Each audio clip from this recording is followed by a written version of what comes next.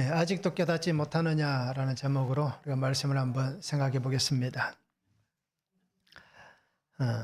2006년 12월에 꽤 오래전 얘기죠. 한 20년 전 얘기입니다. 12월 14일 밤부터 15일 새벽까지 캐나다에 특히 밴쿠버 지역에 굉장한 태풍이 일었습니다. 우리는 태풍이라고 얘기하지만 그 사람들은 폭풍이다라고 얘기를 하더라고요. 그래서 하누카 이브 폭풍이라고 얘기를 합니다. 특별히 우리가 캐나다라든지 미국은 어떻습니까? 굉장히 공원이 엄청나게 크잖아요. 특별히 밴쿠버 지역에 있는 스탠리 파크라는 공원이 있습니다. 그래서 이 공원이 이 태풍 폭풍으로 인해서 완전히 초토화가 됩니다. 하룻밤 사이에 나무가 10,000그루 이상이 뽑혀져 나갑니다. 그리고 공원이 엄청나게 큽니다. 그래서 그 공원 안에 약 40헥타르, 어느 정도 크기겠습니까? 제가 찾아보니까요. 40헥타르라고 찾아보니까 축구장 한 56개. 근데 우리가 아는 축구장 크기가 아니라 피파 규정에 나오는 축구장입니다. 국제대회를 하는, 월드컵을 하는 그 구장 크기입니다. 그래서 그 구장에 56개가 넘는 그 엄청난 양의 공원이 숲이 훼손되었습니다. 그래서 이 폭풍으로 인해서 캐나다에서 이렇게 얘기합니다. 40년 만에, 그죠? 밴쿠버 역사상 40년 만에 가장 최악의 폭풍이었다. 라고 그렇게 기록을 합니다. 그런데 우리가 알듯이 이 큰 나무들도 있고 작은 나무들도 있습니다. 근데 10,000그루 이상의 나무가 뽑혀져 나가고, 그죠? 40헥타르의 숲이 훼손됩니다. 그런데 그 가운데도 살아남은 나무가 있고, 그죠? 뽑혀서 죽은 나무가 있습니다. 이유가 뭘까요? 아시는 분 계십니까? 뿌리가 뽑혀서 나무가, 죽은 나무가 있고, 그냥 멀쩡하게 살아있는 나무가 있습니다. 이유는 간단합니다. 뿌리를 누가 더 깊이 내리고 있느냐, 그 차이입니다. 자, 우리가 길 가다 보면 가로수가 있잖아요. 그 가로수하고 돌산에 있는 나무하고 누가 잘 살 수 있을까요? 태풍이 오면 누가 버틸까요? 그죠? 가로수는 아무리 커도 잘 버티지를 못합니다. 왜요? 뿌리가 얕으니까. 그런데 돌산에 있는 나무는 어떻게든 돌 속에 뿌리를 내리고 들어갑니다. 그래서 이제 어떻게든 살려고 발버둥 치는 거예요. 결국 이 얘기는 생존을 위해서 뿌리를 깊이 내린 나무는 살고, 그냥 한번 이 정도면 되겠지 했던 나무들은 다 뽑히는 겁니다. 자, 우리가 이렇듯 평안할 때는 별 문제가 없습니다. 성도들도 삶을 살아갈 때에 편안할 때는 아무 문제가 없습니다. 그런데 위기가 찾아오면, 힘든 일이 생기면 나의 믿음을 볼 수 있을 때가 되는 겁니다. 좋을 때는 다 좋잖아요. 그죠? 좋을 때는 다 좋습니다. 건강하고, 삶이 평화롭고, 자녀들이 다 잘 되고, 또 노년인데도 물질이 넉넉해서 여유롭게 생활한다면, 요즘 노후 시대가 어떻습니까? 60세부터 100세까지 40년을 살아야 되니까 예전보다 노후에 대해서 걱정들을 더 많이 하실 거예요. 그러면 그 시간 동안을 보내면서, 그죠? 우리가 평안하면 아무 문제가 없는데 힘들고 어려움이 찾아오면 우리의 신앙이 어떤지를 분명히 볼 수 있습니다. 그래서 예수님께서 산상수훈에서 마지막에 하신 말씀이 뭡니까? 다들 알고 계십니까? 창수가 나면, 그죠? 모래 위에 지은 집과 반석 위에 지은 집은 다르다라고 얘기하시는 거예요. 그리고 오늘 우리 성도님들이 신앙의 뿌리를 든든히 내리시기 바랍니다. 근데 어디에다 내려야 될까요? 그냥 아무 데다 그냥 푹 꽂아놓으면 될까요? 그건 안 될 거예요. 그래서 골로새서 2장 6절과 7절에 보면 얘기가 나오잖아요. 예수님 안에 뿌리를 내리고, 예수님 안에 우리가 뿌리를 내리고 그 믿음에 굳게 서서 살아갈 수 있는 성도들 되면 좋겠습니다. 그래서 환난이 오든 고난이 있든 시련의 폭풍이 불어오든 흔들리지 않고 무너지지 않는 그런 신앙의 아름다운 삶을 우리가 함께 살아가면 참 좋겠습니다. 오늘 말씀을 한번 보시기 바랍니다. 떡이 없다고 제자들이 얘기합니다. 그때 예수님께서 바리새인과 헤롯의 누룩을 주의하라라고 말씀합니다. 그러면서 예수님은 제자들이 얘기합니다. 깨닫지 못하느냐? 아직도 깨닫지 못하느냐? 마음이 둔하냐? 기억하지 못하느냐라고 말씀하고 있습니다. 그래서 마지막으로 예수님은 맹인의 눈에 안수하시면서 그가 모든 것을 밝히 볼 수 있는 은혜를 오늘 주시고 있습니다. 자, 우리가 깨닫지 못하는 이 삶을 살아갑니다. 그러면 어떻게 해야 우리가 깨달음이 없는 이 삶을 깨닫고 살아가야 될까요? 첫 번째는 누룩을 주의해야 됩니다. 14절에서 16절입니다. 제자들이 떡 가져오기를 잊었음에 배에 떡 한 개밖에 그들에게 없더라. 예수께서 경고하여 이르시되 삼가 바리새인들의 누룩과 헤롯의 누룩을 주의하라. 제자들이 서로 수군거리기를 이는 우리에게 떡이 없음이로다 라고 말씀합니다. 자, 성경에서 오늘 제자들이 예수님과 함께 배를 타고 가고 있는 장면입니다. 자, 그런데 제자들의 수군거림이 무엇입니까? 서로 간에 얘기하는 게 뭡니까? 수군거렸다라는 표현이지만 아마 어떻습니까? 서로 간에 다투었을 수도 있는 겁니다. 그렇죠? 네가 챙겨야지, 내가 챙겨야지 그렇게 서로가 다투는 겁니다. 왜 잊어먹고 그냥 왔느냐? 그래서 우리가 살아가는 삶에 보면 작은 것 하나를 가지고 서로가 다툴 때가 많습니다. 떡은 큰 문제가 되지 않는 거예요. 그런데 이 떡이 한 개밖에 없다라고 얘기합니다. 다 가져오지도 못했습니다. 그러니 서로 간에 다툼이 있는 그런 모습을 예수님이 보는 거예요. 그래서 그들에게 예수님께서 말씀합니다. 너희가 무엇 때문에 그렇게 수군거리냐라고 묻는 거예요. 그러면서 그들에게 바리새인과 헤롯의 누룩을 조심하라 라고 얘기합니다. 그러니까 제자들이 또 찔리는 거예요. 아, 우리에게 떡이 없어서 예수님께서 저렇게 말씀하시는구나 라고 서로가 찔리는 겁니다. 그래서 예수님께서 하신 말씀에 대해서 그들은 깨닫지를 못하는 겁니다. 우리가 알듯이 이미 예수님께서 행하셨던 놀라운 기적이 있잖아요. 마가복음을 통해서 보면 이미 5천 명을 먹였던 오병이어가 앞에 있었고, 그리고 오늘 8장에도 보면 1절부터 보면 어떻습니까? 4천 명을 먹이는 칠병이어가 오늘 앞에 나오고 있습니다. 즉 마가복음의 기준으로 봐서 그렇다는 얘기입니다. 그러면 떡이 있든 없든 그게 예수님에게는 아무런 문제가 되지 않는다라는 얘기입니다. 자, 그런데 오늘 예수님은 바리새인과 헤롯의 누룩을 조심하라. 누룩은 어떤 것입니까? 효모잖아요.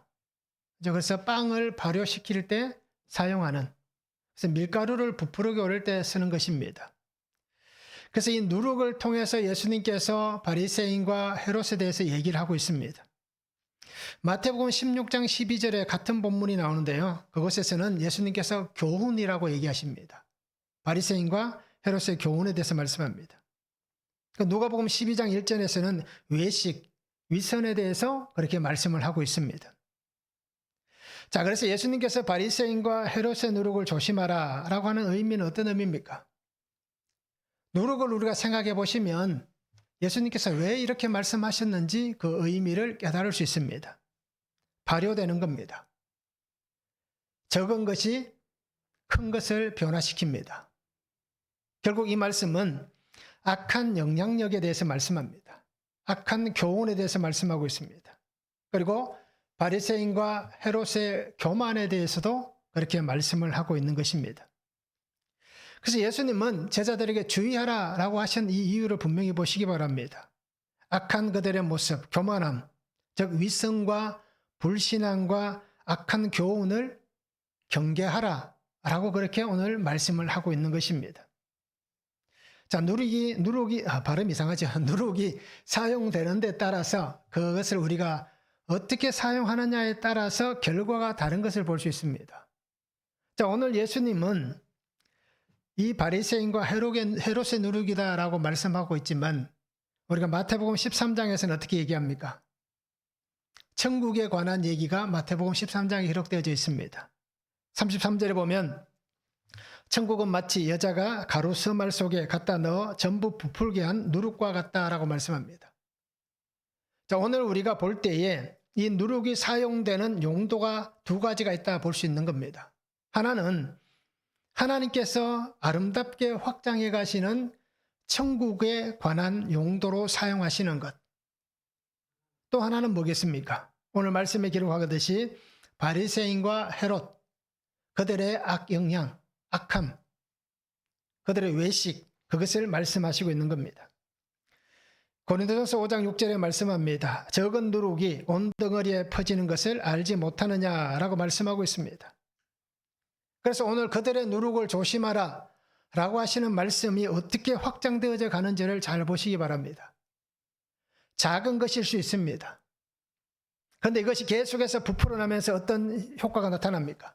결국에는 예수님을 십자가에 죽이는 데까지 부풀어 오르는 것입니다. 그 확장까지 나아가는 결과를 보여줍니다. 그래서 예수님에게 3년이라는 이 사역의 시간 동안 어떻게 합니까? 악을 행합니다. 그가 가는 길을 막았습니다. 그리고 마지막에 결정적으로 십자가에 못 박는 악행을 저지르는 그 결과를 만들어내었습니다. 그러면 오늘을 살아가는 그리스도인인 나도 우리 안에 누룩이 있음을 보시기 바랍니다. 내가 어떤 누룩을 가지고 살 것인가? 예수 그리스도 안에서 정말 하나님 주신 이 삶과 신앙 모든 환경 속에서 천국의 아름다움을 세워가는 그러한 성도의 삶을 살아갈 것인가? 아니면 나의 신앙과 삶이 무너지고 공동체가 무너지는 악한 자의 누룩과 같은 그런 삶을 내가 살아갈 것인가? 오늘 우리가 자신을 잘 보시기 바랍니다. 그래서 우리가 사는 길에 항상 이 두 개의 길이 놓여 있는 겁니다. 좁은 길이 있고 넓은 길이 있듯이 우리가 그리스도 안에서 정말 천국을 확장시켜 나가는 누룩과 같은 삶이 될 수도 있고 악한 자와 같이 이렇게 예수님을 십자가에 못 박는 이러한 삶을 살아갈 수도 있는 것입니다. 결국 우리 주위에는 우리가 그런 표현을 많이 쓰잖아요. 지뢰밭이다라는 표현을 많이 쓰잖아요. 그 지뢰밭과 같은 그러한 정말 악함이 우리 주위에 너무 많은 것을 늘 볼 수 있습니다. 그래서 성도의 삶을 어떻게든 파괴시키기를 원하고 무너지기를 원하고 때로는 좌절해서 결국에는 신앙을 떠나게 만드는 그러한 일들이 우리 주위에 참 많이 있습니다. 그것을 제가 따로 얘기하지 않더라도 다들 잘 알고 계실 겁니다. 그래서 대표적인 게 사상일 수 있죠. 이념. 그리고 철학이란 것도 있을 수 있고요. 요즘은 인권이 그럴 수도 있는 겁니다. 그리고 이단 사이비는 말할 것도 없고요. 결국 우리를 교묘히 속이는 수많은 지뢰들이 우리 곁에 늘 놓여져 있습니다. 그래서 조금만 발을 잘못 디디면 결국 지뢰를 밟을 수밖에 없는 그러한 구조 속에 있는 겁니다. 그래서 제가 군 생활할 때 보니까요. 전방에 있을 때, 철책에 있을 때 보니까 6.25 때 심어놓던 대전차 지뢰라는 게 있습니다. 자, 그런 게 평소에는 다니는 길에도 보이는 거예요. 그런데 그것을 발견할 때가 있습니다. 어떨 때 발견하냐면 비가 올 때, 비가 오고 나면 한 번씩 그게 보여지는 거예요. 그래서 평소에 다니던 길인데도 지뢰가 나오는 거예요. 실제로 제가 군생활할 때 다른 부대에서 보니까요. 그 철책에 늘 다니던 길에서 소대가 이동하면서 앞에 사람도 괜찮은데 중간에서 지뢰가 밟혀서 몇 사람이 다치는 그런 일도 있더라고요. 그러니 이런 일들이 참 우리 주위에 많다는 겁니다. 어떻게든 성도들을 무너지게 하는 그런 일들이 참 많이 생겨납니다. 그래서 혹시라도 내가 그런 사람이 되지 말기를 바랍니다. 그죠? 내가 바리새인이 되지 말고 헤롯이 되지 않기를 바랍니다. 요즘 교회에 시끄러운 일들이 참 많잖아요. 우리 교회가 아니라 다른 데 보면 시끄러운 일들이 많습니다. 아마 SNS를 통해서 접해 보신 분도 있을 거예요. 참 정말 시끄러운 일들이 많습니다. 그런데 그 모든 일들이 그냥 우연히 일어나는 게 아니에요. 본인이 바리새인과 헤롯이라는 얘기입니다. 그러니 그런 일들이 일어날 수밖에 없는 겁니다. 그렇죠? 정말 예수님 같은 사람이었는데 누가 모함해서 그런 일이 있다? 근데 그것은 밝혀지는 거예요. 그런 일은 별로 없는 거예요. 내가 바리새인이고 헤롯이기 때문에, 그죠? 그런 누룩의 삶을 살았기 때문에 그게 이제 드러나는 겁니다. 매일 걷던 길이 비가 오고 나서 저 지뢰가 나타나듯이 똑같은 겁니다. 이제야 드러나게 되는 겁니다.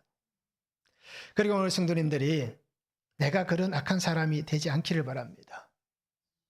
그렇게 되지 않도록 늘 기도하시고 우리가 십자가만을 바라보고 날마다 예수님으로 충만한 그러한 삶을 신실하게 살아갈 수 있는 성도가 되면 좋겠습니다.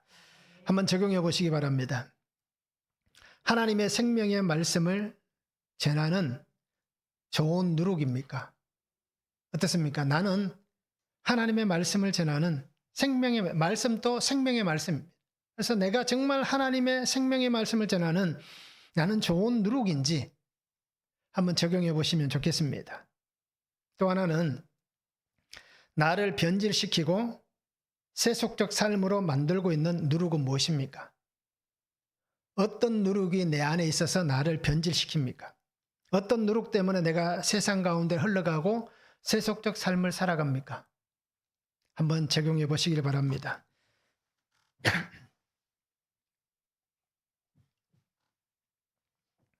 두 번째는 마음이 둔하여 깨닫지 못합니다. 17절에서 21절입니다. 예수께서 하시고 이르시되 너희가 어찌 떡이 없으므로 수군거리느냐 아직도 알지 못하며 깨닫지 못하느냐 너희 마음이 둔하냐 너희가 눈이 있어도 보지 못하며 귀가 있어도 듣지 못하느냐 또 기억하지 못하느냐 내가 떡 5개를 5,000명에게 떼어줄 때에 조각 몇 바구니를 거두느냐 이르되 12이니이다 또 7개를 4,000명에게 떼어줄 때에 조각 몇 광주를 거두느냐 이르되 7이니이다 이르시되 아직도 깨닫지 못하느냐라고 말씀합니다. 자, 제자들에게 수군거리는 제자들에게 예수님이 얘기하는 거예요. 아직도 알지 못하느냐? 아직도 깨닫지 못하느냐? 너희 마음이 둔하냐라고 말씀합니다. 너희가 눈이 있어도 보지 못하고 귀가 있어도 듣지 못하느냐? 왜 기억하지 못하느냐 말씀합니다. 그러면서 5병이어 7병이어를 다시 상기시켜 주십니다. 그러면서 아직도 깨닫지 못하는 그들을 책망한다라고까지는 우리가 말할 수 없을 거예요. 그러나 예수님께서 왜 깨닫지 못하느냐라고 말씀합니다. 자, 보고 있습니다. 그런데 보이지 않습니다. 귀가 있어서 듣습니다. 그런데 듣지 못합니다. 예수님의 말씀 우리가 잘 보시기 바랍니다. 보지도 못하고 듣지도 못하는 것은 무엇 때문이냐? 왜 보지 못하느냐? 왜 듣지 못하느냐? 왜 깨닫지 못하느냐? 라고 오늘 나에게 예수님께서 말씀합니다. 무엇 때문이라고 얘기합니까? 예수님은 너희 마음이 둔하기 때문이다 라고 그렇게 말씀을 하고 있습니다. 마음이 둔하다 라고 말씀하는 거예요. 여기 마음이 둔하다 이것을 표준 세번역은 그렇게 무디어 있느냐 라고 말씀합니다. 그래서 우리가 마음은 오늘 성경에서 표현된 마음이 어떤 겁니까? 보통 우리가 생명이라고 얘기를 하잖아요. 오늘 우리가 이 마음을 사고, 감각, 생각이라고도 생각해 보시기 바랍니다. 그리고 둔하다는 것은 굳게 하다, 돌같이 되다, 두꺼운 가죽으로 덮었다와 가지다, 소유하다 이 두 단어의 합성어입니다. 그래서 우리의 감각이, 우리의 생각이 어떻습니까? 돌같이 되어 있는 정말 두꺼운 가죽으로 덮여져 있는 그런 모습이기 때문에 우리가 둔하다라고 얘기하는 거예요. 자, 우리가 여름에는 사람들이 옷을 얇게 입으니까 아무리 몸이 그죠? 둔한 사람도 여름에는 잘 움직이는 거예요. 그런데 똑같은 사람이 겨울에 어떻습니까? 두꺼운 외투를 입고 나면 움직이는데 불편함이 있잖아요. 이렇듯 우리가 생각과 우리의 삶이 뭔가 계속해서 덮여져 있으면 둔해질 수밖에 없다라는 겁니다. 예수님께서 제자들에게 분명히 얘기합니다. 너희의 상태가 왜 그러냐? 라고 말씀하시는 거예요. 우리 표현으로 하면 그렇습니다. 너 꼬라지가 왜 그 모양이냐? 라고 얘기할 수 있는 거예요. 그냥 육적인 상태를 예수님이 하신 말씀이 아니라 너희의 영적 상태가 왜 이러냐 라고 그렇게 지적을 하고 있습니다.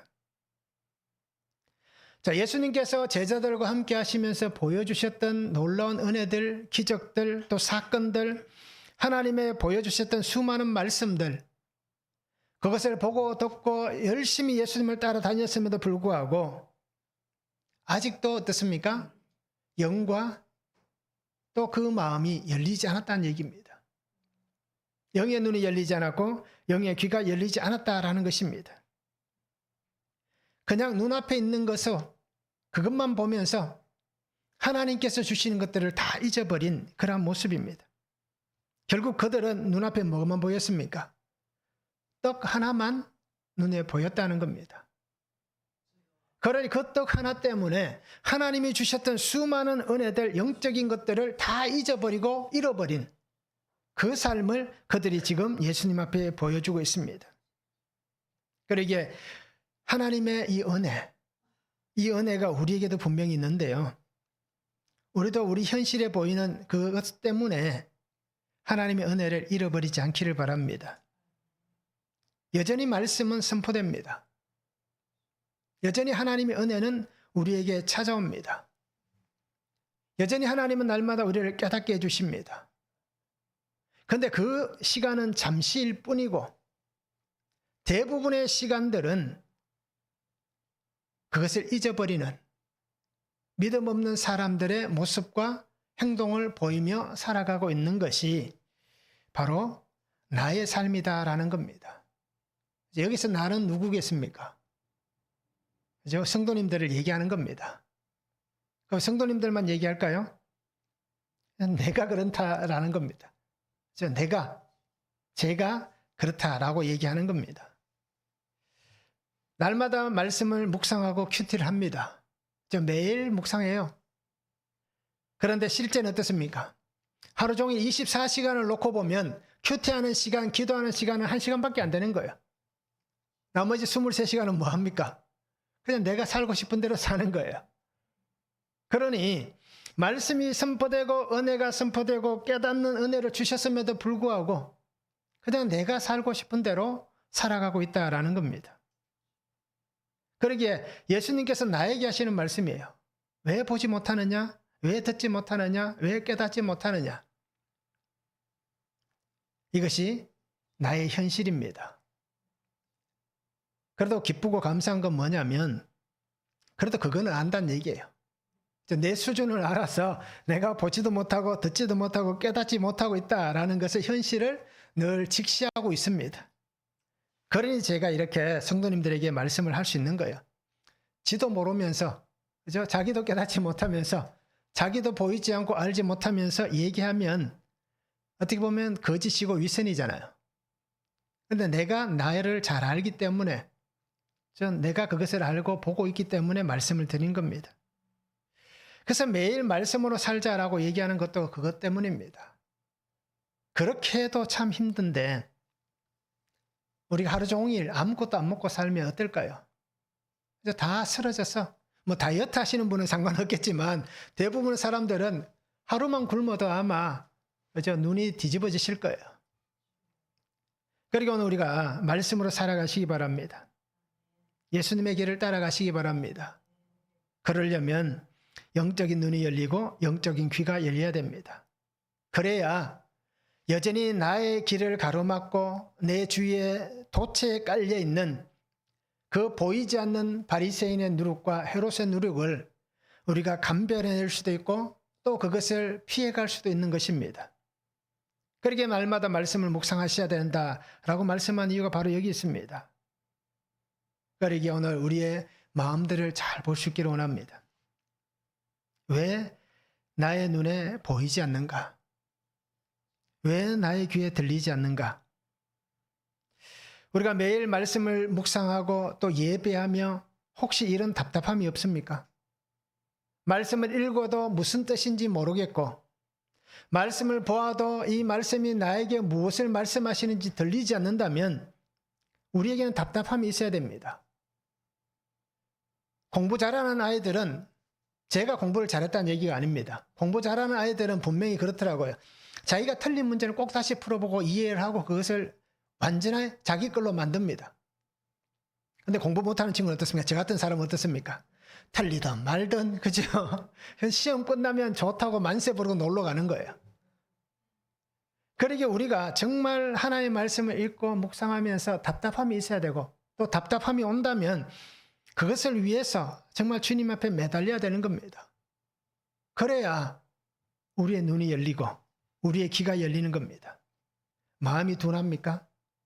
생각이 무디어 있습니까? 감각이 둔하지는 않습니까? 아니면 돌같이 굳어 있지는 않습니까? 그 이유는 분명합니다. 왜 그러냐? 은혜가 없어서 그런 게 아니라 나에게 죄가 있기 때문입니다.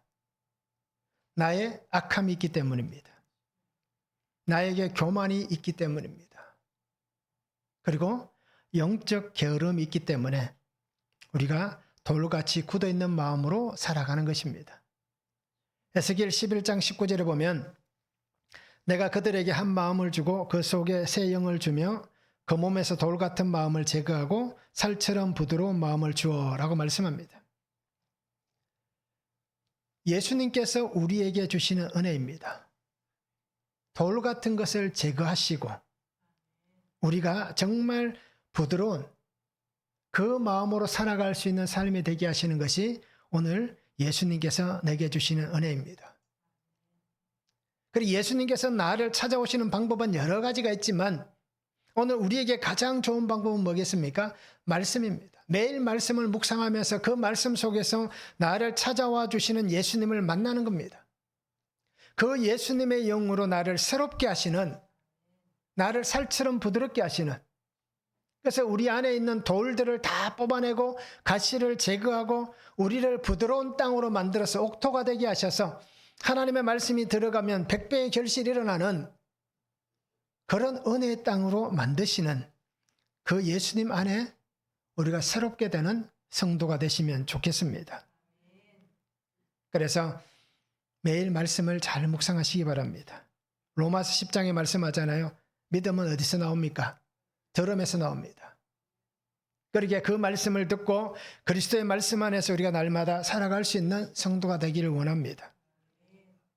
정말 우리가 마음이 둔하여 깨닫지 못하는 자가 아니라 마음이 살같이 부드러운 자가 되어서 하나님의 말씀이 날마다 심겨지고 또 결실이 일어나는 그러한 복된 삶을 우리가 함께 살면 참 좋겠습니다. 한번 적용해 보시기 바랍니다. 여전히 깨어지지 않는 나의 고집, 나의 환경, 또 나의 신앙은 무엇입니까? 왜 깨어지지 않는지 한번 적용해 보시기 바랍니다. 고집이 왜 꺾이지 않는지, 내 환경이 아니면 내 신앙이, 그죠? 왜 깨어지지 않는지 한번 적용해 보시기 바랍니다. 나를 부드럽게 변화시키실 예수님의 말씀, 이 구속사의 말씀이 들리십니까? 잘 들리나요? 이 들리는 말씀이 되도록 적용해 보시고요. 어떻게 말씀을 듣고 깨달을 것인지도 한번 적용해 보시기 바랍니다. 정말 말씀이 잘 들리는지, 그리고 내가 들리는 말씀을 통해서 어떻게 깨닫고 적용할 것인지를 우리가 한번 적용해 보시면 좋겠습니다. 자, 세 번째는 밝히 보아야 됩니다. 22절에서 26절입니다. 베스다의 이름에 사람들이 맹인 한 사람을 데리고 예수께 나와 손대시기를 구하거늘 예수께서 맹인의 손을 붙잡으시고 마을 밖으로 데리고 나가사 눈에 침을 뱉으시며 그에게 안수하시고 무엇이 보이느냐 물으시니 쳐다보며 이르되 사람들이 보이나이다. 나무 같은 것들이 걸어가는 것을 보나이다 하거늘 이에 그 눈에 다시 안수하시매 그가 주목하여 보더니 나와서 모든 것을 밝히 보는지라. 예수께서 그 사람을 집으로 보내시며 이르시되 마을에는 들어가지 말라라고 말씀합니다. 자, 벳세다에 나아갑니다. 그런데 이 벳세다에서 사람들이 맹인 한 사람을 예수님께 데려옵니다. 그래서 예수님은 그 사람을 치유해 주십니다. 마을 밖으로 데리고 나가서 눈에 침을 뱉으시고 그에게 안수하시고 그를 고쳐주십니다. 무엇이 보이느냐 물어볼 때에 사람은 보이는데 그것이 꼭 나무 같습니다. 걸어다니는 나무 같습니다. 라고 얘기합니다. 그때 예수님께서 다시 그 눈에 안수하시고 그를 고쳐주십니다. 그래서 그가 주목하여 보니 모든 것을 밝히 보게 되었다라고 말씀하고 있습니다. 자, 예수님께서 보지 못하는 이 맹인을 치유하십니다. 자, 그런데 우리가 성경을 읽다 보면 왜 성경이 이런 구조로 쭉 나아가고 있는지를 잘 보셔야 됩니다. 그렇잖아요. 그래서 우리가 앞에 이렇게 예수님께서 알지 못하느냐 깨닫지 못하느냐 말씀하시고 이 맹인을 눈을 뜨게 해주시는 이 말씀이 왜 이렇게 구조 속으로 나가는지를 우리가 잘 기억하셔야 되는 거예요. 자, 오늘 성경에 보니까 이 눈을 치료해 주시는데 평소에는 한 번으로 끝날 수도 있습니다. 그렇잖아요. 그런데 오늘 성경에는 2번 안수하셨다라고 기록합니다. 자, 이 이유가 분명히 있는 거예요. 우리가 큐티책에도 그렇게 기록되어져 있지만 예수님께서 그를 치유하시는데 점진적 치유를 통해서 하나님의 은혜를 이루어 가시는 겁니다. 그래서 하나님께서 조금 더 나아가게 하시는 겁니다. 그래서 이 점진적 치유란 것은 어떻게 보면 그렇게 하지 않고 그냥 한 번 해주시면 되지 않을까요? 라고 얘기할 수 있는 거예요. 근데 우리가 사람들의 환경이라든지 삶이라든지 모습들이 다르잖아요. 누군가에게는 정말 긴급하면 하나님께서 단번에 은혜를 이루실 때도 있고 때로는 이렇게 2번, 3번, 4번 여러 번에 걸쳐서 하나님께서 은혜를 베푸실 때도 있다라는 것입니다. 그러니까 우리가 살면서 왜 하나님 나에게는 단번에 은혜가 임하지 않습니까? 라고 얘기할 필요가 없는 겁니다. 하나님이 나에게 가장 적절하고 좋은 방안을 가지고 내게 은혜를 주실 것이기 때문입니다. 결국 이 은혜는 하나님의 은혜가 계속해서 확장되어져 나갈 것이다. 그래서 앞에는 바리새인과 헤롯의 누룩이 악영향을 펼쳐나가듯이 오늘 이곳에서는 하나님의 은혜의 영향력이 계속해서 확장되어져 간다라는 것을 보여주시는 것입니다.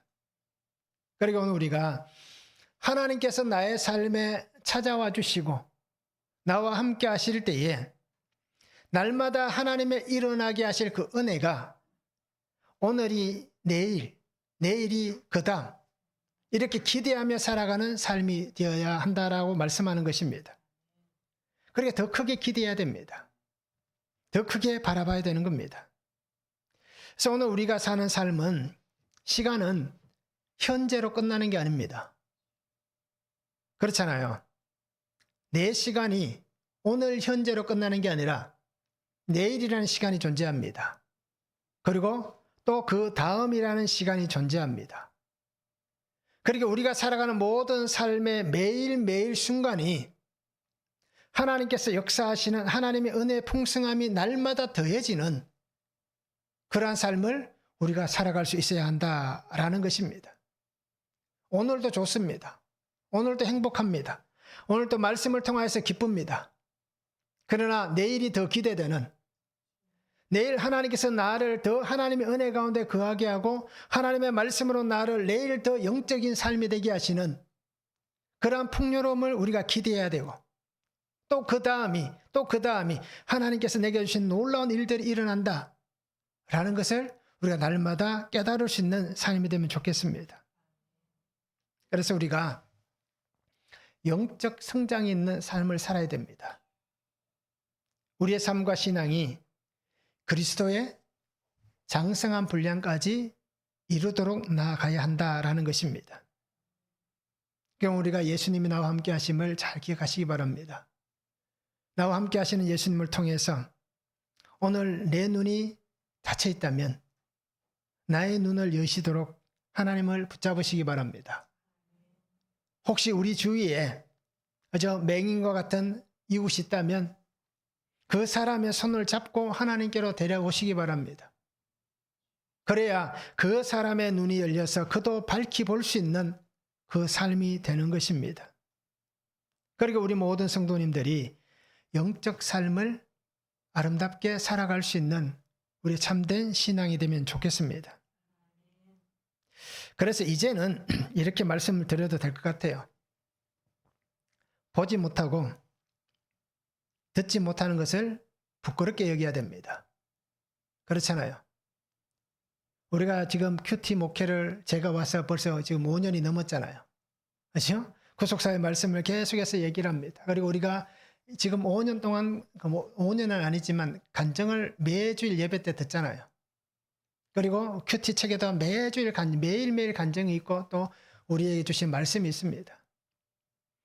자, 그러면 이제는 들릴 때도 됐을 거고, 그렇죠?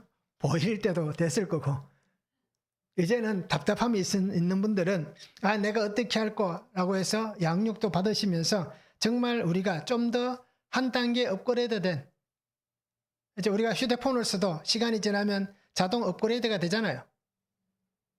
그렇게 날마다 우리의 신앙이 성장해 나가고 영적 성숙을 이루어가는 삶이 돼야 되는 겁니다. 그러기에 아직도 보지 못하고 아직도 깨닫지 못하면 우리가 부끄럽게 얘기해야 됩니다. 그러니까 제일 부끄러운 게 제 자신이고요. 그죠? 제가 그 정도밖에 안 되니까 이렇다라고 말씀을 드리겠습니다. 그러기에 날마다 우리 성도님들이 정말 하나님 앞에서 우리의 삶을, 신앙을 어떻게 할지 그렇게 한번 말씀 안에 우리를 바르게 하시기 바랍니다. 고린도전서 13장 11절입니다. 내가 어렸을 때에는 말하는 것이 어린아이와 같고 깨닫는 것이 어린아이와 같고 생각하는 것이 어린아이와 같다가 장성한 사람이 되어서는 어린아이의 일을 버렸노라. 아직까지 어린아이가 있으면 안 됩니다. 교회 다닌 지 얼마나 되셨습니까? 예수 믿은 지 얼마나 되셨습니까? 그죠? 연수가 이제 얼마 되시지 않은 분은 아직 괜찮습니다. 왜요? 신앙은 나이와 상관이 없는 겁니다. 신앙의 연수는 내가 예수님을 믿고 예배를 얼만큼 드렸느냐, 그거에 신앙의 연수인 거예요.